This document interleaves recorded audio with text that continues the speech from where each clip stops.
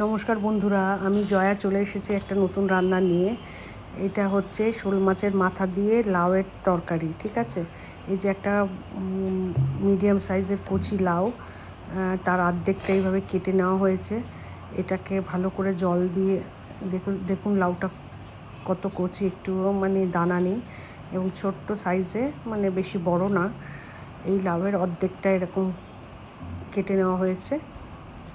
এবার লাউগুলোকে ঠিক এই সাইজে কেটে নিয়েছি। প্রত্যেকটা লাউ ঠিক সেম সাইজ করে কেটে নেওয়া হয়েছে। লাউটা অত্যন্ত কচি ছিল। লাউগুলোকে ভালো করে জল দিয়ে ধুয়ে এরকম শেপে কেটে নেওয়া হয়েছে। এবার কড়াই নিয়ে নিয়েছি। কড়াইয়ে সর্ষের তেলে রান্নাটা করব। সর্ষের তেল দিয়ে দিয়েছি। সর্ষের তেলের মধ্যে তেলটা গরম হলে একে একে আমি সব মশলাগুলো দিয়ে দেবো। প্রথমে এর মধ্যে দিয়ে দেবো খানিকটা জিরে আর 7-8টা কাঁচা লঙ্কা, এরকম 7-8টা না, 5-6টা কাঁচা লঙ্কা মাঝখান থেকে এরকম ছিঁড়ে নিয়েছি। সেই চেরা কাঁচা লঙ্কা জিরে ভালো করে একটু তেলের মধ্যে নাড়িয়ে নিলাম। এবার ওই কেটে রাখা লাউগুলো সব দিয়ে দিচ্ছি। দিয়ে একটু ভালো করে তেলের সাথে নাড়িয়ে নিচ্ছি তেলের মধ্যে।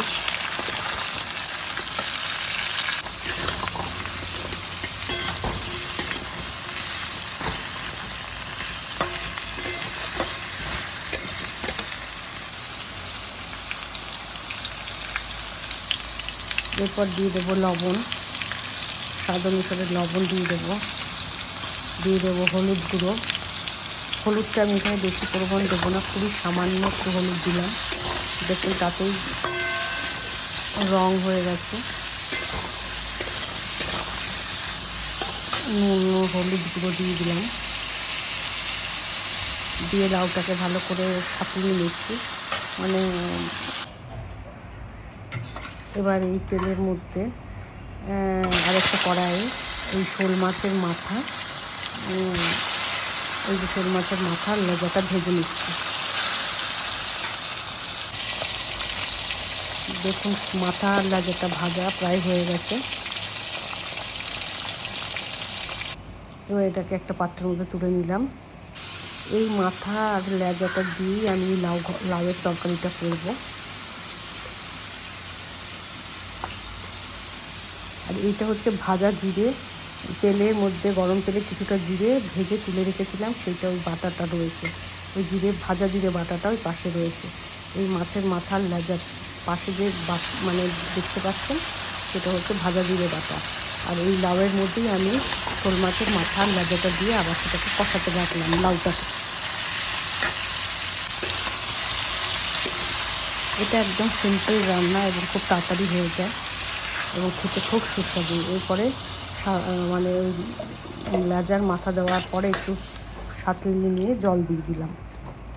খুব বেশি পরিমাণ জল দেওয়ার দরকার নেই, লাউয়ের পরিমাণ বুঝে জল দিতে হবে। দেখুন ভালো করে টকবক করে ফুটে উঠেছে তরকারিটা। এই অবস্থায় আমি মাথার লেজাটাকে একটু ভেঙে দেওয়ার চেষ্টা করছি, যাতে সব লাউয়ের মধ্যে ওই কাটাকুটিগুলো, মানে মাথার পোর্শনগুলো চলে যায়। শোল মাছের মাথা কিন্তু খুবই শক্ত হয়, ওই জন্য খুন্তি দিয়ে জোরে ওটাকে মিশিয়ে দিচ্ছি, অন্যান্য মানে ভেঙে দিচ্ছি মাথার লেজাটাকে।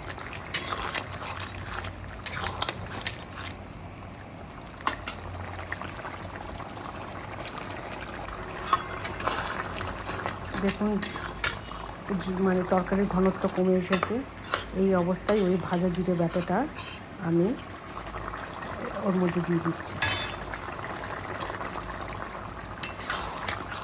এই মশলাটাতে মানে আসল যে মানে খাবারের যে, এটাই হচ্ছে সিক্রেট রেসিপি। এটাই হচ্ছে একটা ভাজা জিরে বাটা। এই বাটার দেওয়ার পরে এই রান্নাটার স্বাদটা 10 গুণ বাড়িয়ে দেয়। হয়ে গেল শোল মাছের মাথার লেজা দিয়ে লাউয়ের ঘন্ট।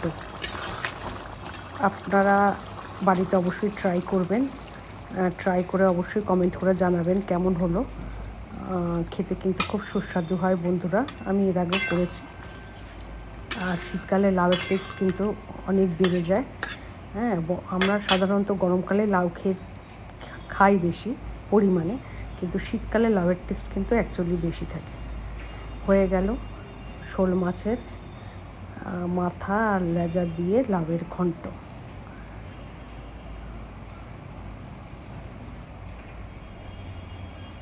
ওই মশলাটাই হচ্ছে এই রান্নাটার সিক্রেসি, ঠিক আছে? আপনারা অবশ্যই বাড়িতে ট্রাই করবেন। ভালো লাগলে একটু লাইক, কমেন্ট, শেয়ার করে দেবেন। আজকের মতো টাটা।